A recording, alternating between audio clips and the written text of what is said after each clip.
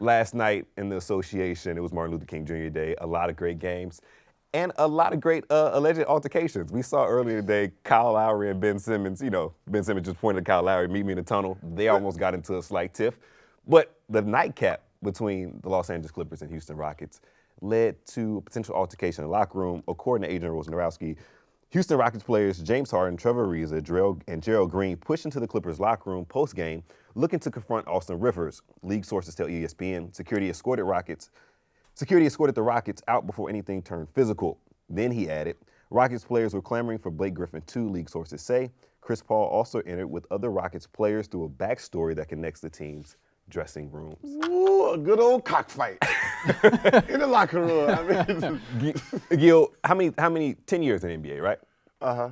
Have you ever heard of a story like this in all your years of playing? No, I mean, you hear the Ben Simmons one is more NBA style. Yeah. Meet you in the back. Both players run off to the side and pretend they're going to meet in the middle. And it gets broken up. But never had three players, two players, or one player try to enter the opposing locker room. Yeah.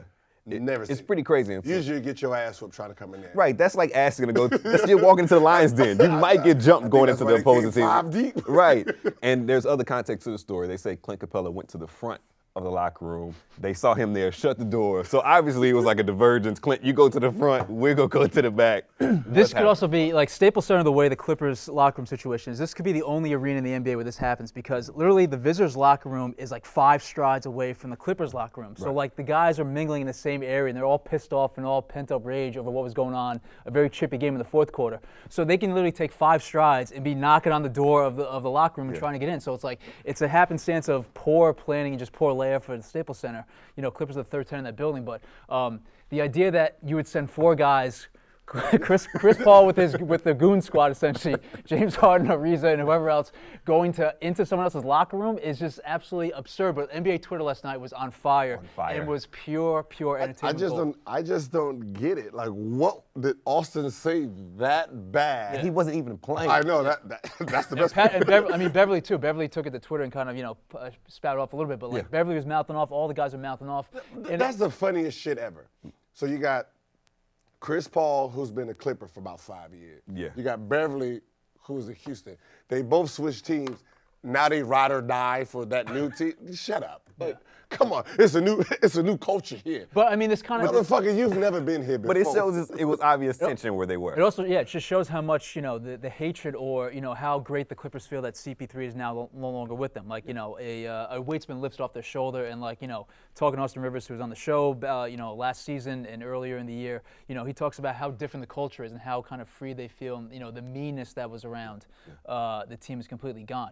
But it got really chippy last night. Really chippy last night. Said to actually get it. But it just shows you. I mean, like Blake and Chris Paul do not like each other at all. And it was also amazing how I don't know if this ever happened to you in the NBA, but the things kind of popped off when Blake supposedly knocked into D'Antoni on the sideline. Right. And D'Antoni's yapping at him. Have you ever seen a player knock into a coach like that and kind of start off some of the fireworks a little bit? And then a player and a coach get double tees. I mean, never. Yeah. I've never seen it. Yeah. I mean, but if a player said something to the coach. Well, D'Antoni said something to Blake. The other players have the coach back, so we're going to throw some. And you've seen all the little cheap shots they were throwing at Blake for no reason. 1,000%. And I'm not Blake had his shorts ripped last night by Trevor Ariza. It was a rough game. I would want nothing to do with Ariza. He may be 190 pounds and 6'10", but I want nothing to do with Ariza. He's aggressive. Like I said, it felt like from looking at it, you would have thought they was in Houston. Oh yeah. Yeah. They were riled up. But all the people that was Ariza's from LA, everyone from But LA. here's the thing. Why are so many people that weren't even playing in the game trying to fight? James Harden's still sidelined with the hamstring injury. Austin Rivers is literally in a walking booth. Yeah. And Patrick Beverly's out for the year. And those are the 3 main culprits. 2 guys in suits, in the but fight. the instigators. It makes no sense. It's very bizarre. Yeah. And I'm not a professional lip reader, but there's definitely some FUs that Mike D'Antoni sent Blake Griffin's way. Oh, not safe for work language all over Exactly. the place. And then Chris Paul came back and kind of doubled down what D'Antoni had to say to Blake Griffin. Yeah. But there was also some tea that Chris Paul shared after the game. Did you check that out? Which tea are you referring to? He said that, this is great, the Clippers have a go-to guy It wasn't Blake Griffin that he named. It was Lou Williams that he named. Yes, But it's take it true. to new levels. But it's true. I mean, it is true. Well, yeah, Lou should be the all-star representative for the Clippers, but whatever. He is the go-to guy. Blake has never been a go-to guy. So the guy that you played with for roughly But 6 you know what's so years. funny? That probably was the biggest war between them two. Yeah.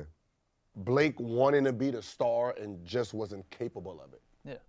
And Chris Paul is like, you're But can you not say that guy. You're not that guy. Yeah, but is Chris? You want to be that is guy. Chris but you're Paul also capable of kind of being that guy to, again, like, is he really a closer? No, he's not a closer, but he knows who is a closer, and you're not it. So you want me to keep giving you the ball for you to do what?